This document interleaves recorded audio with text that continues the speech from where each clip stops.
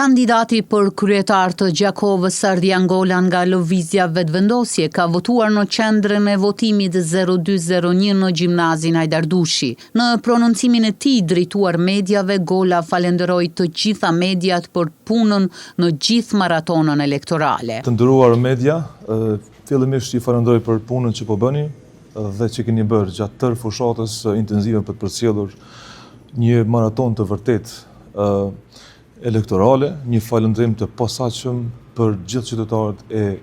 Kosovës, e veçanërisht të Gjakovës, me që këtu kam qenë kandidat për kryetar, të cilët qytetarë pra kanë qenë shumë bashkëpunues për të reaguar qoftë në raport me platformën tonë programore, qoftë në raport me kritikat që kemi pasur ndaj qeverisë, pra ka qenë një bashkëpunim jashtëzakonshëm ku qytetarët e kanë ngritur zërin në raport me kandidaturat tona. Gola gjithashtu ka ftuar qytetarët që ta shfrytëzojnë të drejtën e tyre për të votuar. Sot është ditë e shenjtë, është vota e cila